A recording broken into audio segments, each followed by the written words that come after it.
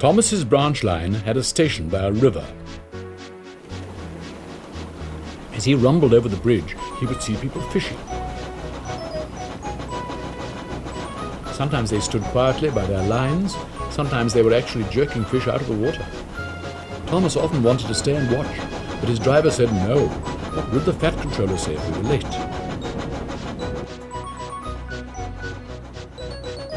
Thomas thought it would be lovely to stop by the river.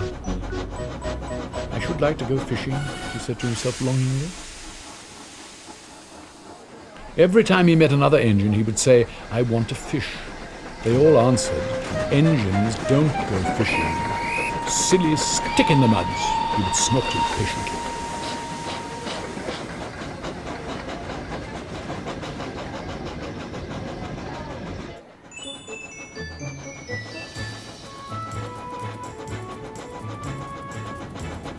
Thomas generally had to take in water at the station by the river. One day he stopped as usual, and his fireman put the pipe from the water tower in his tank. Then he turned the tap, but it was out of order, and no water came. Bother, said Thomas, I'm thirsty. Never mind, said his driver, we'll get some water from the river.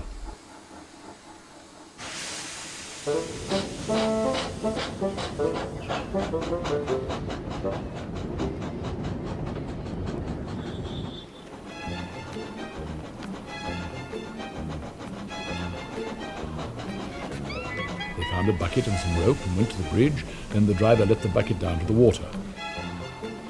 The bucket was old and had 5 holes, so they had to fill it, pull it up and empty it into Thomas's tank as quickly as they could.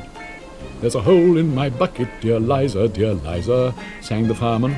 Never mind about Liza, said the driver. You empty that bucket before you spill the water over me.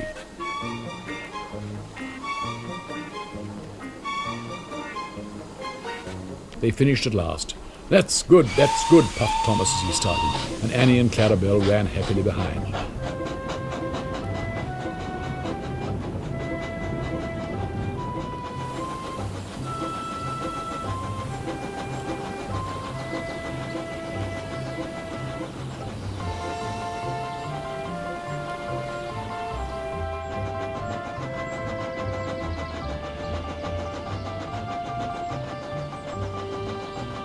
They puffed along the valley and were in the tunnel when Thomas began to feel a pain in his boiler, while steam hissed from his safety valve in an alarming way. There's too much steam, said his driver, and his fireman opened the tap in the feed pipe to let more water into the boiler, but none came. Oh dear, groaned Thomas. I'm going to burst!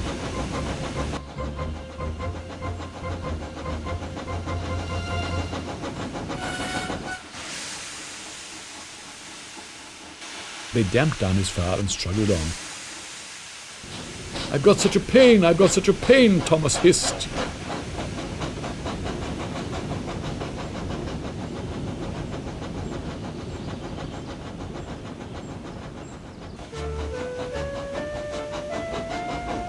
Just outside the last station they stopped, uncoupled Annie and Clarabelle, and ran Thomas, who was still hissing fit to burst, on a siding right out of the way.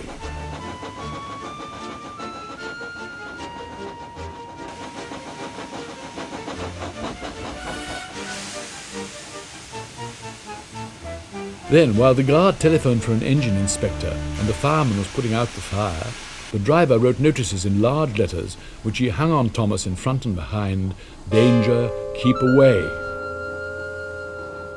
Soon the inspector and the fat controller arrived. Cheer up, Thomas, they said, we'll soon put you right. The driver told them what had happened. So the feed pipe is blocked, said the inspector. I'll just look in the tanks. He climbed up and peered in.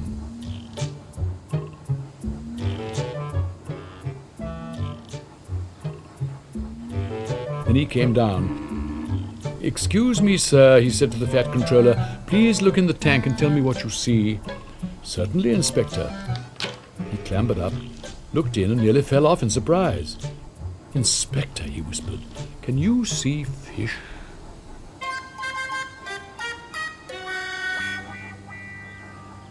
Goodness gracious me, said the fat controller. How did the fish get there, driver? Thomas's driver scratched his head. We must have fished them from the river. And he told them about the bucket. The fat controller laughed. Well, Thomas, so you and your driver have been fishing, but fish doesn't suit you, and we must get them out. So the driver and the fireman fetched rods and nets, and they all took turns at fishing in Thomas's tank while the fat controller told them how to do it. When they'd caught all the fish, the station master gave them some potatoes, the driver borrowed a frying pan, while the fireman made a fire beside the line and did the cooking. Then they all had a lovely picnic supper of fish and chips. That was good, said the fat controller as he finished his share. But fish don't suit you, Thomas, so you mustn't do it again. No, sir, I won't, said Thomas sadly. Engines don't go fishing. It's too uncomfortable.